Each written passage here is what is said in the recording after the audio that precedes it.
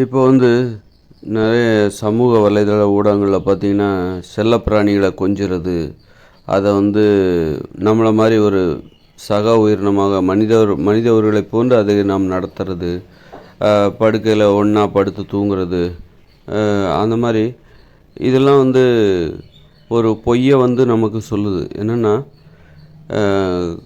ஒரு செல்லப்பிராணிகளை எப்படியெல்லாம் வளர்க்கணும் அப்படிங்கிறத சொல்லாமல் எப்படியெல்லாம் வளர்க்கணும்னு சொல்லிட்டு ஒரு பொய்யை சொல்லுது. செல்லப்பிராணிகளை உண்மையிலே அப்படி வளர்க்கக்கூடாது. ஒரு நாய்களையோ பூனைகளையோ ரொம்பவும் நமக்கு சரிசமமாலாம் வச்சு வளர்க்கக்கூடாது. அது இயற்கையானது கிடையாது. இப்போ சமூக வலைதள ஊடகத்தில் அது நம்மளை கொஞ்சுறதும் அல்லது நம்மக்கிட்ட ரொம்ப பாசமாக இருக்கிறது, அதனால் அதுக்கு வீட்டில் சரிசமமாக படுக்கையில் இடம் கொடுத்து படுத்து தூங்கி அது கொஞ்சுறது, இதெல்லாம் வீடியோவுக்காக அவங்க போடுற விஷயம். அதில் அவங்களுக்கு வீடியோ போடுறாங்க, அதனால் அவங்களுக்கு அது பணம் கிடைக்கிது, அதனால் அதுக்கு சிறப்பு கவனம் செலுத்துகிறாங்க. அதனால் அது உண்மையாகி விடாது. செல்லப்பிராணிகளை அப்படி தான் செல்லப்பிராணிகளை வளர்க்குறதுங்கிறது சாதாரண விஷயம் கிடையாது. அதனால் எல்லோரும் அதை பார்த்து பூனையை பார்த்து புலியை பார்த்து பூனை சூடு போட்டுக்கிட்ட மாதிரி அவங்க அதை வீடியோவுக்காக பண்ணுறாங்க. வீடியோவுக்காக நிறைய செலவழித்து அதுக்கு வீட்டுக்குள்ளே வச்சு செல்லப்பிராணிகளை வளர்த்து அதை வீடியோ போடுறாங்க. செல்லப்பிராணிகள்கிட்ட அவ்வளோ அன்புங்கிறது இருக்க தான் செய்யுது. அது தெரிஞ்சிக்க வேண்டியதான். செல்லப்பிராணிகள்கிட்டையும் அன்பு இருக்குது. நம்ம அன்பு காட்டினா அது அந்த அளவுக்கு அதுவும் பதிலுக்கு பதிலாக அன்பு காட்டும் அப்படிங்கிறத நம்ம தெரிஞ்சுக்கலாம். அதற்காக செல்லப்பிராணிகளை நமக்கு சரிசமமாக அதை நடத்தணும் அப்படின்லாம் ஒன்றும் அவசியம் கிடையாது. அது சரியானதாகவும் இருக்காது. ஒரு சாதாரண மக்களுக்கு அது சரியானதாக இருக்காது. எளிய மக்களுக்கு, எளிமையாக வாழ்கிறவர்களுக்கு அது சரியானதாக இருக்காது. பணக்காரங்களுக்கு தான் அது சரி. ஏன்னா செல்லப்பிராணிகளை வீட்டுக்குள்ளேயே நீங்கள் வளர்க்கும்போது என்ன ஆகுன்னா, அது கண்ட இடத்துல ஒன்றுக்கு இருந்து வைக்கும், ஆயிருக்கும், அதெல்லாம் கழுவணும், அள்ளி போடணும். இதெல்லாம் யார் செய்வாங்கன்னா பணக்காரங்க வீட்டில். இப்போ சமூக வலைதள ஊடகங்களில் காட்டுறாங்கல்ல, அந்த நாய்களெல்லாம் அவங்க வீட்டில் அந்த வீடியோலாம் போடுறவங்க வீட்டில் பணக்காரங்க அவங்களா இருப்பாங்க. அவங்க பணக்காரங்களாக இருப்பாங்க. அவங்க வீட்டில் வேலைக்கு 2-3 வேலைக்காரங்க இருப்பாங்க. அவங்க என்ன பண்ணுவாங்கன்னா, அந்த நாய் அப்பப்போ ஒன்றுக்கு இருக்கிற இடத்தெல்லாம் ஃபினாயில் ஊற்றி கழுவிட்டுருப்பாங்க. அப்புறம் ஆயிருக்கிற இதெல்லாம் ஆயிருக்கும் போது நாய் கண்ட இடத்துல ஆயிருக்கும், அதை அள்ளி வெளியே போடணும். இதுக்கெல்லாம் அந்த வேலைக்காரங்க பார்ப்பாங்க. அந்த முதலாளிகள் என்ன பண்ணுவாங்க, அதை அதுக்கப்புறம் நாயை சுத்தமாக குளிப்பாட்டி முதலாளி கையில் கொடுத்துருவாங்க. இந்தாங்க முதலாளி, இதை வச்சு வீடியோ போடுங்க அப்படின்னு சொல்லிட்டு. அந்த மாதிரி நீங்கள் ஒரு செல்லப்பிராணிகளை வீட்டில் வச்சு வளர்க்குறது இயல்பான வாழ்க்கைக்கு ஏற்புடையதாக இருக்காது. அது எளிமையானவர்களின் இயல்பான வாழ்க்கைக்கு ஏற்புடையதாக இருக்குது. அதை நம்ம என்ன தான் நாயை குளிப்பாட்டி நடு வீட்டில் வச்சாலும் அது வேறு எதையோ தேடிட்டு தான் போகும் அப்படிங்கிற மாதிரி.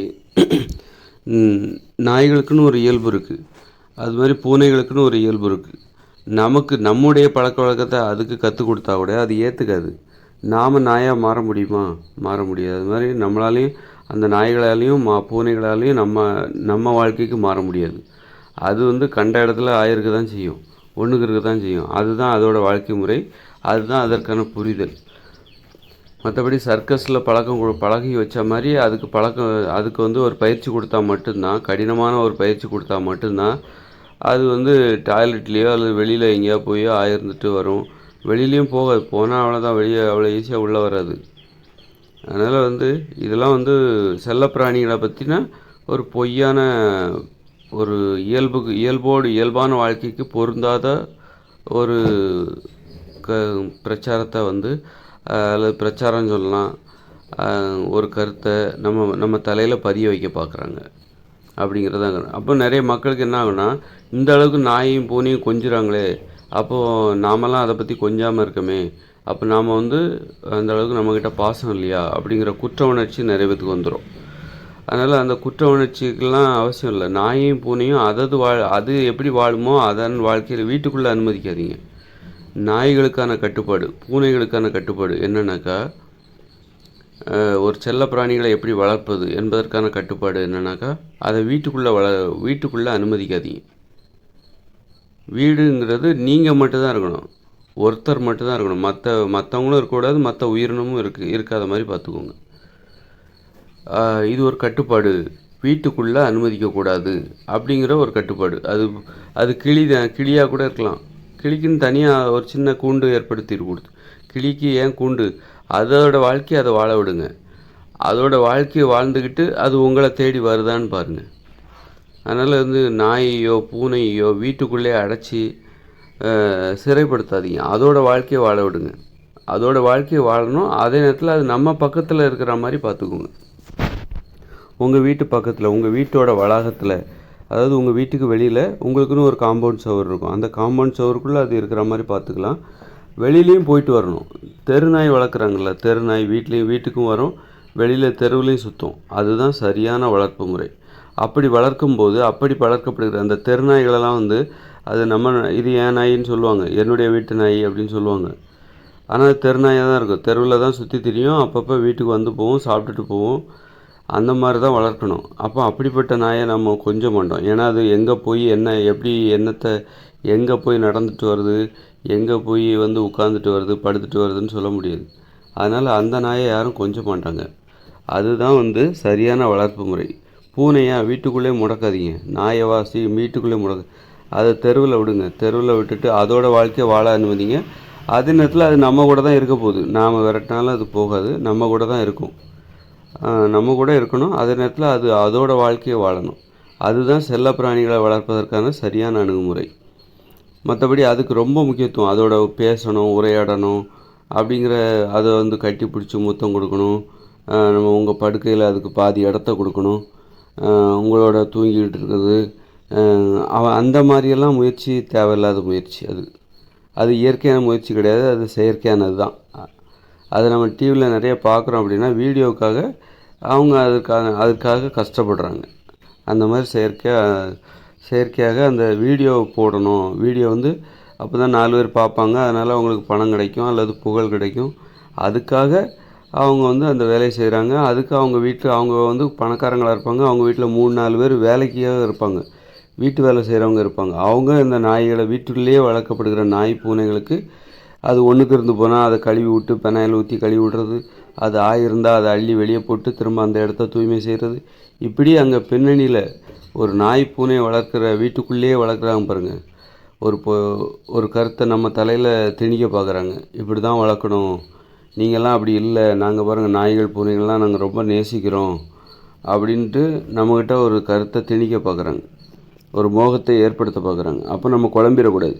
அப்படின்னா நாமெல்லாம் இந்த அளவுக்கு ஒரு நாயையும் பூனையும் கொஞ்சலையே, அப்படின்னா நம்மெல்லாம் மனிதத்தன்மையற்றவர்களா, நம்மிடம் பாசம் இல்லையா, நம்மிடம் அன்பு இல்லையா அப்படிங்கிற ஒரு குற்ற உணர்ச்சியை நமக்கு ஏற்படுத்த பார்க்குறாங்க.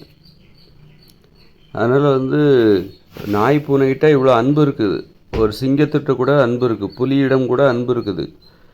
அதை நம்ம பழகுனா, அதுக்கு வேலைக்கு உணவு போட்டு அதை ஒழுங்காக பார்த்துக்கிட்டா, சின்ன வயசுலேருந்து பார்த்துக்கிட்டா நம்மிடம் அன்பாக இருக்கும். அதில் எந்த வித சந்தேகமும் இல்லை. எல்லா உயிரினங்களையும் நம்மளால் பழக்கப்படுத்த முடியும். பாம்புகளையும் பழக்கப்படுத்த முடியும், ஓணம் எல்லாத்தையும் பழக்கப்படுத்த முடியும். அது தெரிஞ்ச விஷயந்தான். அதுகளிடமும் புரிதல் இருக்கிறது.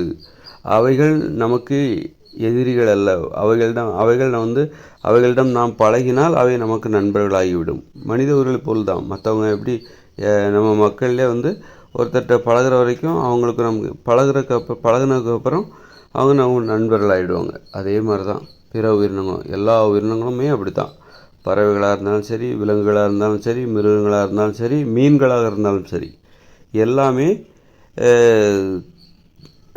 நம்மிடம் நாம் அன்பு செலுத்தினால் அதுவும் அன்பு செலுத்தும்.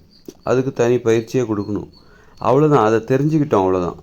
அதுதான் அதிலேருந்து நமக்கு கிடைக்கக்கூடியது. அதை தெரிந்து கொண்டோம். அதன் பிறகு அதே மாதிரி நம்ம இருக்கணுங்கிற அவசியம் இல்லை. அது அன்பு செலுத்தினா அன்பு செலுத்துது, அது பாசத்தை காட்டினால் பாசத்தை காட்டுகிறது. ஆதலால் செல்ல பிராணிகளையும் நமக்கு இணையாக நடத்தணும், நமது வாழ்க்கையோடு அவர்களை இணைச்சி நம்ம பழக்க வழக்கத்தை அதுக்கு கற்றுக் கொடுக்கணும் அப்படிங்கிற முயற்சியில் ஈடுபடாதீங்க. அது நமக்கு தேவையில்லாத ஒன்று. அது என்னென்னா, இப்போது நமக்கு அது நம்ம வாழ்க்கைக்கு பக்கத்தில், நம்ம வீட்டு பக்கத்தில் வெளியில் அதுக்கு ஒரு இடம் கொடுங்க, அவ்வளோதான். அது நம்மோடு இருக்கிறது, அது கூட இல்லாமல் இருக்கக்கூடாது. அது தப்பு. நான் செல்ல பிராணிகளே வளர்க்க மாட்டேன் அப்படின்னு சொல்கிறது தப்பு. செல்ல பிராணிகளுக்கு ஒரு இடம் கொடுங்க. அது பிற உயிரினங்கள் மீதான ஒரு பார்வையை நமக்கு மாற்றி கொடுக்கும். பிற உயிரினங்களை நாம் எதிரியாக கருதாமல் பிற உயிரினங்களையும் நேசிக்கின்ற ஒரு வாழ்க்கைக்கு நம்ம மாற்றோம். பிற உயிரினங்களை பார்க்கும்போது ஒரு கனிவான பார்வை நமக்கு மாறும். எந்த உயிரினத்தை அதை உத்து கவனிக்க வைக்கும். செல்லப்பிராணிகளை எனக்கு பிடிக்காதுன்னு சொல்கிறத விட செல்லப்பிராணிகளை எனக்கு பிடிக்கும். எங்கள் வீட்டு பின்னாடி, எங்கள் வீட்டு பக்கத்தில், எங்கள் வீட்டுக்குள்ளே விட வளாகத்தில் கிரவுண்டில் ஒரு நாய் இருக்குது. அது அப்பப்போ வெளியே போயிட்டு வரும். இந்த செல்லப்பிராணிகளை நேசிக்கும்போது பிற உயிரினங்களை நேசிக்கிற பழக்கம் வரும். அப்போ செல்லப்பிராணிகளோட செயல்களை நம்ம கவனிப்போம். அது என்னென்ன செயல்கள் உற்று கவனிப்போம். வேறு மாதிரி கவனிக்க தோணும். அதோட உணர்வுகள் எந்த அளவுக்கு நம்முடைய உணர்வுகளோடு ஒத்துப்போகுது, அது வியப்பாக இருக்கும் நமக்கு. அதோட தாய் பாசம் அல்லது ஒரு குழந்தைகளை எப்படி பாதுகாக்குது, ஒற்றுமையாக எப்படி இருக்குது, எப்படி விட்டு கொடுத்து போகுது, இப்படி எல்லாத்தையும் கவனிக்கும்போது, அப்படி கவனித்தால் மட்டும்தான் நமக்கு இந்த மாமிச உணவு உண்ணுகிற அந்த வழக்கம்லாம் நம்மக்கிட்ட இல்லாமல் போகும். நம்மை போல் தான் அதற்கு ஒரு வாழ்க்கை இருக்கிறது அப்படிங்கிறத நாம் புரிஞ்சுப்போம். நம்மை போல் தான் அவைகளும், நம்மை போல் அதற்கு ஒரு வாழ்க்கை இருக்கிறது, நம்மை போல் அதற்கு ஒரு மகிழ்ச்சி இருக்கிறது. மகிழ்ச்சியாக வாழ்வது தான் அதனுடைய நோக்கமும், நமது நோக்கமும் அதுதான். அதுவும் விளையாடுது, விளையாட்டாக சண்டை போடுது, எல்லாமே நம்மளை மாதிரியே பண்ணுது. அப்படிங்கும்போது இதையெல்லாம் கவனிக்கணும். அப்படின்னா இந்த விஷயங்களை கவனிக்கணும் அப்படின்னா உங்களுக்கு அந்த பிற உயிரினங்கள் மீதான ஒரு நேசம் இருக்க வேண்டும், ஒரு பாசம் இருக்க வேண்டும். அதை கவனிக்கணும். அதை கவனிக்கும்போது தான் உங்களுக்கு இந்த மாமிசத்தெல்லாம் உண்பது தோணாது. ஏன் ஆடுகளை வெட்டுறாங்க, மாடுகளை வெட்டுறாங்க, ஒட்டகத்தை வெட்டுறாங்க, வெட்டி அதை சாப்பிட்றாங்கன்னா அதை கவனிக்க மாட்டேங்கிறாங்க. அதோட உணர்வுகளை அதோட வாழ்க்கையை கவனிக்க மாட்டேங்கிறாங்க. நம்மளை மாதிரி தான் அதற்கும் ஒரு வாழ்க்கை அப்படிங்கிற ஒரு புரிதல் இல்லாமலேயே அதை வெறும் உணவாக பார்க்குறாங்க, வெறும் பொருளாக பார்க்குறாங்க. அதற்கும் உணர்வுகள் இருக்குது, அதனுடைய வாழ்க்கை அதற்கு ரொம்ப முக்கியம் அப்படின்னு அந்த மாதிரி பார்த்தா மட்டும்தான் நீங்கள் மாமிசத்தை சாப்பிட மாட்டீங்க. மாமிசம் சாப்பிட உங்களுக்கு வராது, அது ஒரு கொலை. அதனால் பிற உயிரினங்களை நாம் நேசிக்கணும். அப்படின்னா அதை கவனிக்கணும். அதுக்கு அப்போ நம்ம செல்லப்பிராணிகளை ஏற்றுக்கொள்ள வேண்டும். செல்லப்பிராணிகளாக நாம் பிற உயிரினங்களை நம்ம வளர்க்கணும். நாயோ பூனையோ ரொம்ப அளவுக்கு அதிகமாக வளர்த்துறக்கூடாது. சும்மா பேருக்கு நமக்கு ஏதாவது ஒரு உயிரினத்தை தேர்ந்தெடுத்து எளிதாகவும் இருக்கணும். அதை வளர்ப்பது எளிதாக இருக்கணும். அதுக்கு உணவு போடுறது நமக்கு பெரிய கஷ்டமாக இருக்கக்கூடாது. தினமும் அதுக்கு உணவு கொடுக்கணும். அதுவும் உணவை தேடி போகணும், திரும்ப நம்மக்கிட்ட வரணும், நம்ம உணவு கொடுக்கணும். அதே நேரத்தில் நிறைய உணவு சாப்பிட்ற மாதிரியான உயிரினங்களை வளர்க்கக்கூடாது. இயற்கையோடு இணைந்த மனித வாழ்க்கையில் அப்போ 2040 பிறகு வரப்போகிற இயற்கையோடு இணைந்த மனித வாழ்க்கையில் அங்கே மக்களுக்கு நமக்கே உணவு பற்றாக்குறை அதிகமாக இருக்கும். உணவு தினம் தேடுவது பெரிய சவாலான விஷயமா இருக்கும். அந்த நேரத்தில் பார்த்து நீங்கள் பெரிய சைஸில் நாய் இதெல்லாம் வளர்த்திங்கன்னா அதுக்கு தினமும் நீங்கள் உணவு கொடுக்க வேண்டியிருக்கும். அதெல்லாம் ரொம்ப சவால். அப்புறம் அதுக்கு பட்டினி போட வேண்டியிருக்கும். அதனால் சின்னதாக நாய்கள்லேயே சின்ன சைஸை தேர்ந்தெடுத்து வளர்த்துக்கலாம். கொஞ்சமாக உணவு தேவைப்படுகிற நாய்களை வளர்க்கலாம். நாட்டு நாய், காட்டு நாய், நாட்டு பாரம்பரியம், இதை நாம் தான் பாதுகாக்கணும் அப்படின்லாம் யோசிக்காதீங்க. அதெல்லாம் பாதுகாக்க வேண்டியது நம்முடைய வேலைகளில். அதனால் நம்முடைய வேலையல்ல.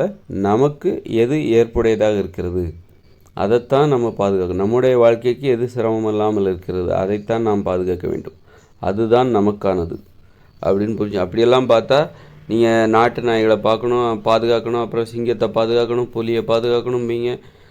புலியெல்லாம் நாளைக்கு 2040 பிறகு புலியெல்லாம் பாதுகாப்போடு இருக்குமா இருக்காதாங்கிறதே சொல்ல முடியாது. அதெல்லாம் நம்ம 2040 பிறகு இந்த அரசாங்க அமைப்பு, வனக்காவலர்கள், இந்த வனச்சரகம் இதெல்லாம் சொல்கிறாங்கல்ல, அதெல்லாம் இல்லாமல் போயிடும். இந்த அமைப்பெல்லாம் காணாமல் போகும்போது மக்கள் சுதந்திரமாயிடுவாங்க. அவங்க விருப்பப்பட்டதை செய்ய ஆரம்பிச்சிருவாங்க. புலிகளையும் சிங்கங்களையும் வேட்டையாடினால் கேட்பதற்கு ஆள் இல்லாமல் யாரும் தட்டி கேட்க மாட்டாங்க. காடுகளில் போய் வாழ்ந்தால் தெரியும். அங்கே உள்ள ஆபத்துகள் அதெல்லாம் பார்க்கும்போது சிங்கம் புலிகளெல்லாம் எதிர்காலத்தில் அதற்கு பாதுகாப்பே கிடையாது. நீங்கள் எதிர்காலத்தில் எத்தனை உயிரினம் மனித உயிர்களால் அழிய போகுதுன்னு சொல்லவே முடியாது. இன்னும் பாதுகாப்பானதாக மாறப்போகிறது. இந்த மனித உயிர்களுக்கு இந்த உலகம் என்பது, இந்த பூமி என்பது இன்னும் பாதுகாப்பானதாக மாறப்போகிறது. ஏற்கனவே உலோகங்கள் கண்டுபிடிக்கப்படுவதற்கு முன்பு இந்த உலகில் கோடிக்கணக்கான விலங்குகள் இருந்தது. பல கோடிக்கணக்கான மிருகங்கள் இருந்தது. சிங்கம், புலி, கரடி, சிறுத்தைகளெல்லாம் அதாவது கோடிக்கணக்கையும் அதிகமாக இருந்திருக்கலாம். ஏன்னா விலங்குகளும் அதே மாதிரி தான். ஆடு, மாடுகள், மான்கள் இதெல்லாம் பல கோடி கணக்கில் இருந்திருக்கு இந்த உலகம் முழுக்க. அவைகளெல்லாம் இன்றைக்கு குறைஞ்சி போச்சுன்னா அதுக்கு காரணம் மனித உயிர்களால் வேட்டையாடப்பட்டிருக்கு. நிறைய மான்கள், ஆடுகள், மாடுகள், காட்டு மாடுகள் இதெல்லாம் மனித உயிர்களால் வேட்டையாடப்பட்டிருக்கு கடந்த 3000 வருஷங்களாக, உலோகங்கள் கண்டுபிடிக்கப்பட்ட பிறகு. அதனால தான் இன்றைக்கி உலகம் முழுக்க பார்த்திங்கன்னா பிற உயிரினங்கள் ரொம்ப குறைவாக இருக்குது. சிங்கம், சிறுத்தை, அது எதெல்லாம் கிடச்சிருக்கோ அதெல்லாம் வேட்டையாடி சாப்பிட்ருக்காங்க. சிங்கத்தெல்லாம் வேட்டையாடி சாப்பிட்ருக்காங்க, புலியை வேட்டையாடி சாப்பிட்ருக்காங்க. அதனால் புலி இன்றைக்கி அதெல்லாம் கம்மியாக இருக்குன்னா ரொம்ப குறைவாக இருக்குது. புலிகளெல்லாம் சில லட்சங்களாக மாறிவிட்டதுக்கு காரணம் அன்றைக்கி பல லட்சம், அதாவது 1 கோடி கூட இருந்திருக்கலாம். புலி, சிங்கமெல்லாம் அந்த உலகம் முழுவதும் 1 கோடிக்கு மேலே கூட இருந்திருக்கலாம். அவைகளெல்லாம் இன்று சில லட்சங்களாக ஆனதுக்கு காரணம் நம்ம மனித உயிரினம்தான். அவைகளெல்லாம் வேட்டையாடி சாப்பிட்டு விட்டார்கள். அது மாதிரி காட்டெருமை, காட்டு மாடு, அப்புறம் ஆடு, இதெல்லாம் நிறைய இருந்திருக்கு இந்த உலகத்தில். மான்கள் இதெல்லாம் பல கோடி கணக்கில் இருந்திருக்கும்னு நினைக்கிறேன். அது எல்லாம் உலோகங்கள் எப்போ கண்டுபிடிச்சாங்களோ அதுக்கப்புறம் அதை வேட்டையாடுறது எளிதாக போய்விட்டது. மரத்தை வெட்டுவது எளிதாக போய்டும். அப்போல்லாம் நிறைய மரமும் இருந்துச்சு. அதனால் மரம் இருந்துச்சு, பசுமையாக இருந்துச்சு, இந்த பூமியே பசுமையாக இருந்தது. அதனால நிறைய விலங்குகள் இருந்தது, நிறைய விலங்குகள் இருக்கும்போது அதை வேட்டையாடுவதற்கு நிறைய மிருகங்கள் இருந்தது. இப்போ உலோகங்கள் எப்போ கண்டுபிடிச்சாங்களோ அப்போவே மரத்தை வெட்டினாங்க, சமவெளிகளாக மாற்றினாங்க. அப்புறம் சிங்கம், புலி, கரடி, சிறுத்தை இவற்றையெல்லாம் வேட்டையாடினார்கள். முதலைகளை வேட்டையாடினார்கள். மான்களையும் ஆடுகளையும் மாடுகளையும் வேட்டையாடினாங்க. உலகம் முழுக்க இருக்கிற மனித உயிரினம் வேட்டையாடுறதே தீவிரமாக பண்ணாங்க. வேட்டையாடி மாமிசத்தை சாப்பிட்றது தான் அவங்களுடைய பிரதான நோக்கமாக இருந்தது. அதுலேயும் உப்பு கலந்து அந்த உணவுகளை சமைச்சு மாமிசத்தை விருப்பம் போல் சமைச்சு சாப்பிட்டாங்க, கொன்று வேட்டையாடி. அதனால தான் இன்றைக்கி குறைஞ்சி போச்சு பிற உயிரினம். அதாவது மான்களின் எண்ணிக்கை குறைந்து போனதுக்கு காரணம் புலிகள் அல்ல, மனித உயிரினம். மான்களையும் ஆடுகளையும் மாடுகளையும் அவ்வளோ வேட்டையாடி சாப்பிட்டாங்க. உலகம் முழுக்க இருக்கிற மனித உயிரினம் அந்த மாதிரி ஆடு மாடுகளை வேட்டையாடி அந்த அளவுக்கு சாப்பிட்டாங்க. தினம் இன்றைக்கி லட்சக்கணக்கான ஆடு மாடுகளை இன்றைக்கி கொன்று குவிச்சு நம்ம சாப்பிட்டுட்ருக்கோம். அதே மாதிரி கடந்த காலங்களில் மான்களை அது எது கிடைக்குதோ அதை வேட்டையாடிடுவாங்க. நான் மானை மட்டும் தான் வேட்டையாடுவேன், ஆடை மட்டும் தான் வேட்டையாடுவேன். இன்றைக்கி நம்ம ஆட்டுக்கறி, மாட்டுக்கறி எது விற்பதற்கு, எது சாப்பிடுவதற்கு அனுமதிக்கப்பட்டிருக்கிறதோ அதை மட்டும் சாப்பிட்றாங்க. ஆனால் அன்னைக்கு எது கிடைக்குதோ அதை வேட்டையாடுவாங்க. எந்த உயிரினம் கிடைக்குதோ அதை வேட்டையாடிருக்காங்க. கடந்த 3000 வருஷங்களாக காட்டுக்கு போவாங்க. என்ன கிடைக்குது? உடும்பை வேட்டையாடு, முதலை கறி. இன்றைக்கி புதுமையாக இருக்குல்ல, முதலை கறி. இன்றைக்கி ஒரு சிறுத்தை மாட்டிக்கிச்சுப்பா, நம்ம வச்ச பொரியில் சிறுத்தை ஒன்று மாட்டி விட்டது. அப்படியா, அப்போ சிறுத்தை கறி இன்று அப்படின்னு சொல்லிட்டு புலி இந்த மாதிரி எல்லாத்தையும் தின்றுருக்காங்க. யானைக்கறி கூட எப்படி இருக்கும் அப்படின்னு சொல்லிட்டு அதையும் தின்றுருப்பாங்க. அதனால்தான் இந்த மாதிரி உலகம் முழுக்க இருக்கிற அத்தனை பேரும் வேட்டையாடினால தான், வேட்டையாடி சாப்பிட்டதுனால தான் இன்றைக்கி இந்த உலகத்தில் பிற உயிரினங்களின் எண்ணிக்கை இன்றைக்கி ஒரு 5% தான் இருக்குது. 95% மனித உயிரினம் வேட்டையாடி விட்டது. 95% உயிரினங்களை, விலங்குகளை, மிருகங்களை மனித உயிரினம் வேட்டையாடி விட்டது. அதனால தான் நாம் இன்றைக்கி பாதுகாப்பாக வாழ்கிறோம். அதை நினச்சி நீங்கள் கோவப்படாதீங்க, ஐயோ வருத்தப்படாதீங்க, கவலைப்படாதீங்க. அதனால தான் நீங்கள் இன்றைக்கி பாதுகாப்பாக இருக்கீங்க. நாமளும் எல்லாருமே இன்றைக்கி உலக மக்கள் பிற உயிரினங்களின் வேட்டையாடுதலிருந்து தப்பித்து நாம் பாதுகாப்பாக வாழ்வதற்கு அதுதான் காரணம். இந்த உலகத்தில் முன்னாடி இருந்த மாதிரியே நிறைய சிங்கம், புலிகள்லாம் இருந்ததுன்னா அது அப்பப்போ காடு மக்கள் வசிக்கிற இடத்துக்கு உள்ளே வேட்டையாடி விட்டு மீண்டும் காட்டுக்கு சென்று விடும். கழுத்தை பிடித்து கவி கொண்டு உங்கள் பிள்ளைகளையோ யாரையோ ஒருத்தர் கழுத்தை பிடித்து கவி கொண்டு தரதரன்னு இழுத்து காட்டுக்குள் சென்று விடும். சாப்பிட்டு முடித்த பின்பு மீண்டும் வரும், யாராவது கிடைப்பார்களா என்று நம்மை தேடி மீண்டும் வரும். அது மாதிரி அது மாதிரி இன்றைக்கி அது மாதிரி இல்லாத ஒரு பாதுகாப்பான ஒரு வாழ்க்கை வாழ்வதற்கு கடந்த காலத்தில் நமது முன்னோர்கள் செய்த அந்த அரும்பணியே காரணம். அந்த பணிதான் காரணம்.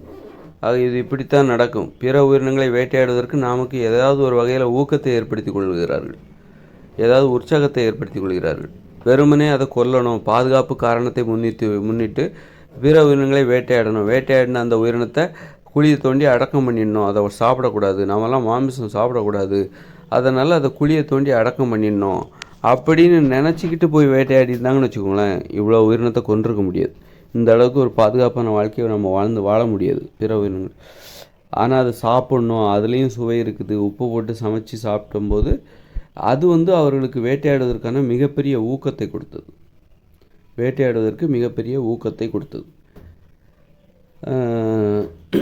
அதன் மூலம் இன்றைக்கி பார்த்திங்கன்னா உலகம் முழுக்க இன்றைக்கி காடுகள் இல்லாத ஒரு உலகம், சமவெளி உலகம், மக்கள் சமவெளிகளில் வாழ்கிறார்கள். அது மாதிரி பிற உயிரினங்கள், ஆடுகள், மாடுகள், மிருகங்கள், இதனுடைய எண்ணிக்கை பல மடங்காக குறைந்து விட்டது. அபூர்வமாக இருக்கிறது. காடுகளில் மிருகங்களையும் விலங்குகளையும் பார்ப்பது அபூர்வமாக இருக்கிறது. அதோ பாருங்கள், அங்கு ஒரு மான் தெரிகிறது, இதோ பாருங்கள் இங்கு ஒரு எருமை தெரிகிறது.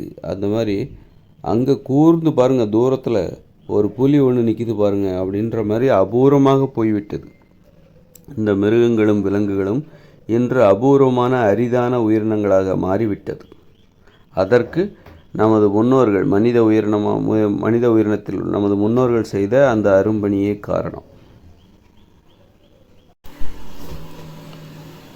அதனால் செல்ல பிராணிகளை வளர்க்குற முறையில் அவங்க ஒரு மிகையான கருத்தை நம்ம தலைக்குள்ளே பூத்த பார்க்குறாங்க. எப்படி சினிமா என்பது எப்படி இயல்புக்கு முரணான ஒரு காட்சிகளை அங்கே வச்சு அவங்க அதை வியாபாரம் பண்ணுறாங்க, அப்படி தானே? அதே மாதிரி தான் சமூக வலைதள ஊடகங்களில் செல்ல பிராணிகளை வளர்க்குறாங்கள்ல, ரொம்ப கொஞ்சுறது, படுக்கையில் போட்டு தாளாட்டுறது, ஒன்றா படுத்து தூங்குறது, ஒரே வீட்டுக்குள்ளே குடும்பம் நடத்துறது, இந்த மாதிரியான இருக்கல சரிக்கு சமமாக ரொம்ப நமது வழக்கத்தை அதற்கு கற்றுக் கொடுப்பது, இந்த மாதிரியான வழக்கம் எல்லாமே ஒரு பொய் பிரச்சாரம் தான். நம்மளை பார்க்குறவங்கள ஒரு குற்ற உணர்ச்சிக்குள்ளே கொண்டு போய் அதுதான் உண்மைன்னு நம்மளை நம்ப வச்சு அவங்க அதை வியாபாரம் பண்ணுறாங்க. அந்த வீடியோ போட்டு அவங்களுக்கு காசு வருது, அதனால் அது அவங்களுக்கு லாபமாக இருக்குது, அதுதான் அவங்களுக்கு ஆதாயம். அதை எல்லோரும் பின்பற்ற முடியாது, அது இயல்பான வாழ்க்கைக்கு பொருந்தாது. அப்புறம் அதோட ஒன்றுக்கு இருக்கும், அதை கழுவி விடணும், அந்த நாத்தம் போகாது, அப்புறம் பினாயில் ஊற்றணும், அப்புறம் ஆயிருக்கும், அதை அள்ளி போடணும், இதுக்கெல்லாம் அவங்க வேலைக்காரங்க வச்சுருப்பாங்க. இதெல்லாம் பணக்காரர்களின் வாழ்க்கை முறையாக இருக்கிறது. அது எளிய மக்களுக்கும் எல்லா மக்களுக்கும் அது பொருந்தது. அதனால் இதில் நம்ம இதை பார்த்து நம்ம குழம்பிடக்கூடாது. அதே நேரத்தில் நம்ம செல்ல பிராணிகளை ஒதுக்கி விடக்கூடாது. செல்ல பிராணிகளை வளர்க்கணும். ஏதாவது உங்களுக்கு பிடிச்ச ஒரு உயிரினத்தை நீங்கள் வளர்க்கணும்.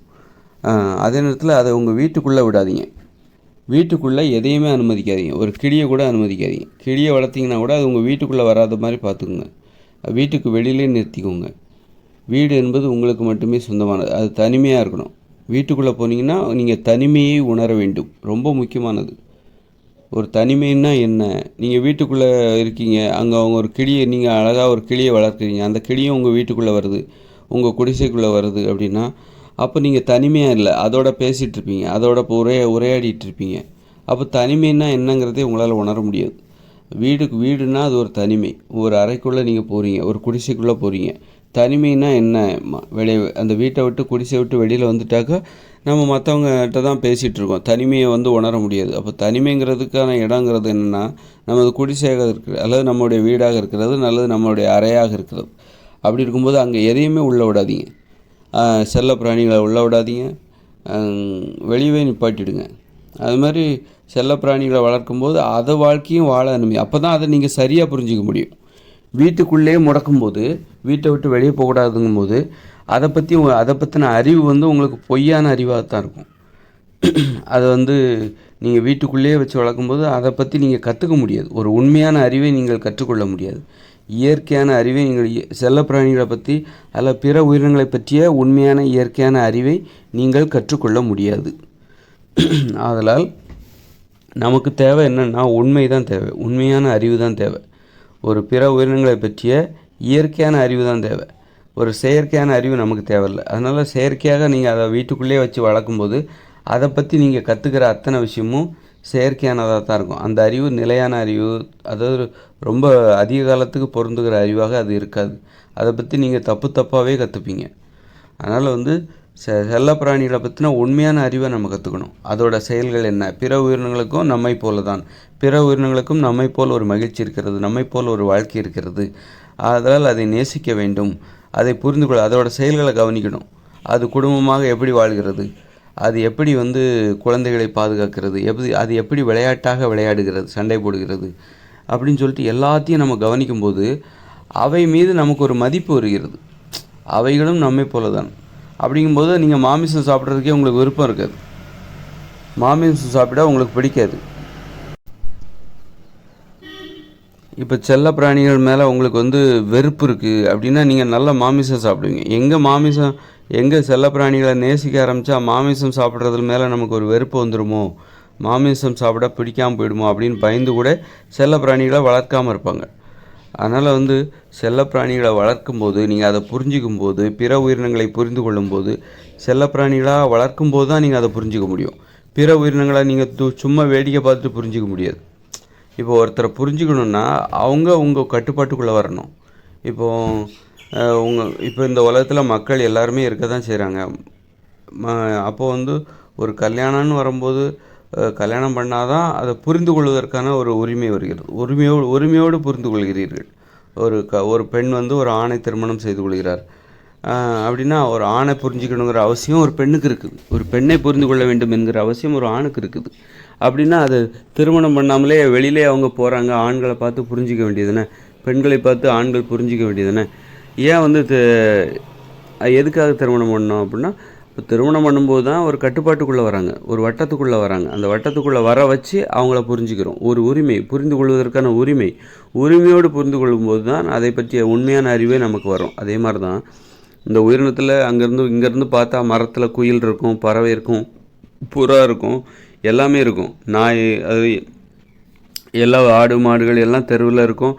ஆனால் அதை பார்த்து நம்ம புரிஞ்சிக்கலாமே பிற உயிரினங்களை, எதுக்கு நம்ம அதை வளர்க்கணும் அப்படின்னு கேட்கலாம். உரிமையோடு நாம் புரிந்து கொள்வதற்கு நமக்கு கட்டாயப்படுத்தப்பட வேண்டும். நாம் வந்து இது நம்மை சார்ந்து இருக்கிறது. அதனால் அதன் பசியையும் அதன் மகிழ்ச்சியையும் சுக துக்கங்களையும் அதன் கவலையையும் நாம் புரிந்து கொள்ள வேண்டியிருக்குது. ஏன் இந்த நாய் இன்று கவலையாக இருக்கிறது? ஏன்னா அதை பாதுகாக்க வேண்டிய பொறுப்பும் நம்மக்கிட்ட இருக்குது. அதனால தான் அதோட கவலையை நம்ம புரிஞ்சுக்கிறோம். அதை புரிஞ்சுக்கிட்டு அதுக்கு தகுந்த மாதிரி அதற்கு ஒரு தீர்வு, அதை பற்றி நம்ம யோசிக்கிறோம். அது ஏன் இன்றைக்கி ரொம்ப சோகமாக இருக்குது, உடம்பு சரியில்லையா, அப்படி ரோட்டில் அல்லது மரத்தில் ஒரு குயில் இருக்கலாம், அதில் பறவை இருக்கலாம், அது சோகமாக இருக்கலாம், அதுக்கு உடம்பு சரியில்லாமல் இருக்கலாம். அதை பற்றி நமக்கு கவலை இல்லை. ஏன்னா அது நம்ம கட்டுப்பாட்டில் இல்லை, நம்ம பொறுப்பில் இல்லை, நமது பொறுப்பில் அது கொடுக்கப்படவில்லை. ஆனால் நமது பொறுப்பில் அதை நாம் எடுத்துக்கொள்ளவில்லை. ஆனால் நமது பொறுப்பில் ஒரு செல்லப்பிராணியை நம்ம எடுத்து வளர்க்கும்போது அதுக்கு ஒரு கவலை, சோகம் இதெல்லாம் வரும்போது அந்த கவலையும் சோகத்தையும் நாம் அதை போக்கி ஆகணும். அந்த பொறுப்பு நம்மக்கிட்ட இருக்குது. அந்த பொறுப்பை நாம் எடுத்துருக்குறோம். அப்போது ஒரு புரிந்து கொள்ள வேண்டுமென்றால் பிற உயிரினங்களையும் சரி அல்லது மற்றவங்களை நம்ம புரிஞ்சுக்கணுன்னா அவங்க நமது கட்டுப்பாட்டுக்குள்ளே வரணும், நமது வட்டாரத்திற்குள் வர வேண்டும், நமது வாழ்க்கைக்குள் அவர்கள் வர வேண்டும். அப்போ தான் நம்ம அதை புரிஞ்சுப்போம். அதனால் புரிஞ்சிக்கும் போது தான் நமது உணர்வுகள் மென்மையாக மாறும். பிற உயிரினங்களை பற்றிய ஒரு தவறான புரிதல் மாற்றப்படும். பிற உயிரினங்களை பற்றிய ஒரு வன்மையான புரிதல் என்பது மாற்றப்பட்டு மென்மையான புரிதலாக அது மாறும். பிற உயிரினங்களை நேசிக்க அது உதவும். மாமிசம் உண்பது என்பது ஒரு வெறி, பிற உயிரினங்கள் மீது உள்ள ஒரு வெறுப்புணர்வின் வெளிப்பாடு அல்லது வெறின்னே சொல்லலாம், ஒரு கொலைவெறி. அது பொதுவாக நம்மிடம் கொலைவெறி இருக்கிறது. பொதுவாக நம்மிடம் மனித உயிர்களிடம் கொலைவெறி என்பது இருக்கிறது. அந்த கொலைவெறியை வந்து நம்ம மனித உயிர்களிடமும் நம்ம வெளிப்படுத்துவோம், பிற உயிரினங்களிடமும் வெளிப்படுத்துவோம். அதனால் வந்து இந்த கொலைவெறியின் மாமிசம் உண்பது வந்து ஒரு கொலைவெறியை தணிப்பதற்கான ஒரு வழிமுறையாக இருக்கிறது. பிற உயிரினங்களை வந்து அன்னைக்கு நேரடியாக போர் சண்டைன்னு சொல்லிட்டு வெட்டினாங்க, குத்துனாங்க. இன்றைக்கி அதற்கு அனுமதி இல்லை. அதனால் வேறு வகையில் மனித உயிர்களை வேறு எப்படியெல்லாம் நம்முடைய கொலைவெறியை வெளிப்படுத்தலாம், பாதுகாப்பாக, நமக்கும் பாதுகாப்பாக இருக்கணும், அதே நேரத்தில் நம்முடைய அந்த கொலைவெறியும் வெளிப்படுத்தணும் அப்படின்னு சொல்லிட்டு நம்ம வேறு அடிமைப்படுத்துறது அல்லது நிறைய நேரம் வேலை வாங்குறது, அவர்களது மகிழ்ச்சியாகவாவது குறைந்தபட்சம் அவர்களது மகிழ்ச்சியாவது பறிச்சிக்கலாம் அப்படின்னு சொல்லிட்டு ஏமாத்துறது, சித்திரவதை பண்ணுறது, கதற விடுறது, குமுற விடுறது, உணர்வுகளை அமுக்குவது, இதெல்லாம் அந்த கொலைவெறியோட வெளிப்பாடு தான். இன்றைக்கி வந்து வெளிப்படையாக கொலை பண்ண முடியாது, அதற்கு நிறைய தடைகள் வந்து விட்டது. அதனால் இன்றைக்கி சட்டம், அரசாங்கம், காவல்துறை, நீதிமன்றம்லாம் இருக்குது, தூக்கு தண்டனை கொடுத்துருவாங்க. அதுக்கு பயந்துக்கிட்டு நம்ம என்ன பண்ணுறோம், இந்த கொலைவெறியை ரொம்ப வேறு வழிகளில் வெளிப்படுத்துகிறோம். அமுக்கிறது, உணர்வை அமுக்குவது, குமுற விடுவது, கதற விடுவது, அடிமைப்படுத்துவது, அசிங்கப்படுத்துவது, அவமானப்படுத்துவது, இழிவுபடுத்துவது, அடிப்பது, திட்டுவது, கெட்ட வார்த்தையால் திட்டுவது, அது மாதிரி நிறைய வேலை வாங்குறது, இந்த மாதிரி இது எல்லாமே இந்த கொலைவெறியின் வெளிப்பாடுகள் தான். அதே மாதிரி தான் இந்த மாமிசம் உண்பதும் அப்படி தான். மாமிசம் உண்பதும் கொலைவெறியின் வெளிப்பாடு தான். பிற உயிரினங்கள் ஒட்டுமொத்தமாக நமக்கு ஒரு கொலைவெறி இருக்குது. மனித உயிர்களையே கொலை பண்ணணுங்கிற அளவுக்கு நமக்கு வெறி வந்துச்சு. அப்படிங்கும்போது அப்போ பிற உயிரினங்களையும் அப்படி தான் நம்ம பார்ப்போம். அதோட வெளிப்பாடு தான் மாமிசம் உண்பதற்கு காரணம். ஆக மாமிசம் நாம் உண்ணக்கூடாது. நம்மிடம் உள்ள கொலைவெறியை நாம் தணிக்க வேண்டும் என்றால் பிற உயிரினங்களை நாம் நேசிக்க வேண்டும், செல்ல பிராணிகளை நாம் வளர்க்க வேண்டும். அதே நேரத்தில் அது பற்றிய உண்மையான அறிவை வளர்த்து கொள்ள வேண்டும். செயற்கையான அறிவை வளர்த்துக்கூடாது. வீட்டுக்குள்ளே முடக்காதீங்க. அதோட வாழ்க்கையை வாழ்ந்துட்டு அது நம்மிடம் திரும்பி வரும்போது அப்படிப்பட்ட உயிரினங்களை நீங்கள் உங்கள் பொறுப்பில் எடுத்துக்கொண்டு அதை நீங்கள் பாதுகாக்க வேண்டும். அதனுடைய சுக துக்கங்களை கவனிக்க வேண்டும், கவலைகளை கவனிக்க வேண்டும், மகிழ்ச்சியை கவனிக்க வேண்டும். ஏன் என்று மகிழ்ச்சியாக இருக்கிறது, ஏன் என்று கவலையாக இருக்கிறது, ஏன் என்று சோகமாக இருக்கிறது என்பது குறித்து நீங்கள் ஆராய்ந்து அதனை நீங்கள் பாதுகாக்கணும். அது கவலையாக இருக்கா, உடம்பு சரியில்லையா, அதுக்கு என்ன பண்ணால் அது உடம்பு சரி நல்லா ஆகும், குணமாகும். அந்த மாதிரி ஒரு இயற்கையான அறிவை பெறுவதற்கு சுதந்திரமாக வாழ விடுங்க. பொய்யான கருத்தை திணிக்காதீங்க. உங்கள் படுக்கையில் படுக்க வைக்கிறது, குளிப்பாட்டிக்கிட்டு அதை சுத்தம் பண்ணுறது, இதெல்லாம் எதனால் வருதுன்னா, வீட்டில் வேலைக்காரங்களை அனுமதிக்கிற பார்த்தீங்களா, வேலை செய்வதற்கு வீட்டு வேலைக்காரங்கள் அது மாதிரி பண்ணக்கூடாது. அவங்கவுங்க வேலையை அவங்கவுங்களே செய்யணும். அப்படின்னா யாருமே இந்த செல்ல பிராணிகளே வீட்டில் போட்டு வளர்க்க முடியாது. ஒரு வீட்டுக்குள்ளேயே போட்டு செல்ல பிராணிகளை ஏன் வளர்க்காங்கன்னா, இந்த வேலைக்காரர்களை வீட்டு வேலை செய்வதற்கு வேலைக்காரர்களை நான் நியமிக்கிற அந்த வழக்கம்தான் காரணம். ஏன்னா இந்த செல்ல பிராணிகளை வளர்க்குறது, அது ஒன்றுக்கு இருந்தால் அள்ளி போடுறது, இருந்தால் அள்ளி போடுறது எல்லாமே இந்த வேலைக்காரங்க தான். பணக்காரர்கள் என்ன பண்ணுறாங்க, ஸோ அது வாங்கி குளிப்பாட்டி அந்த நாயை சுத்தமாக குளிப்பாட்டி அவங்க கையில் கொடுத்துவாங்க, கொஞ்சம் வீடியோ போடுவாங்க. வீடியோ போட்டு இதுதான் போலுக்கு உண்மை அப்படின்னு நினச்சி நம்ம நம்பிடுவோம்.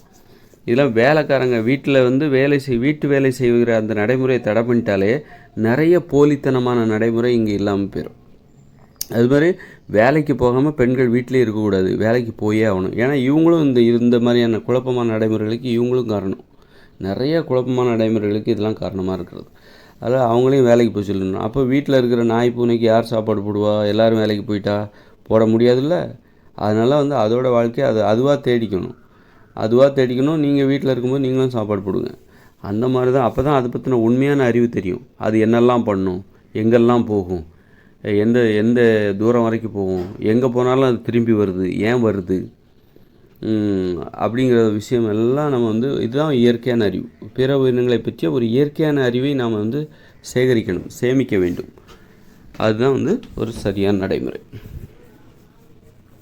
அதனால் தவறான இந்த சமூக வலைதள ஊடகங்களை நாய்களை கொஞ்சிறது, படுக்கையில் போட்டு ஒன்றா படுத்து தூங்குறது, வீட்டுக்குள்ளே வைக்கிறது, சரிக்கு சமமாக நமக்கு இணையாக அதற்கு ஒரு மதிப்பளிப்பது, மரியாதை கொடுப்பது, அதெல்லாம் வீடியோக்காக பணத்தை சம்பாதிப்பதற்காக ஒரு பொய்யான செயற்கையான ஒரு கருத்தை நம்ம தலையில் திணிக்க பார்க்குறாங்க. அதனால் அதை பார்த்துட்டு யாருக்கும் குற்ற உணர்ச்சி தேவையில்லை. நாமெல்லாம் அப்போ இந்த அளவுக்கு ஒரு பிற உயிரினங்களை நாம் கொஞ்சவில்லையே, அப்படி என்றால் நாம் குற்றவாளிகளா, நமக்கு மனிதத்தன்மை இல்லையா, நம்மிடம் அன்பு இல்லையா, பாசம் இல்லையா அப்படின்னு நினச்சி நீங்கள் வருத்தப்படாதீங்க. அதெல்லாம் பொய்யானது தான்.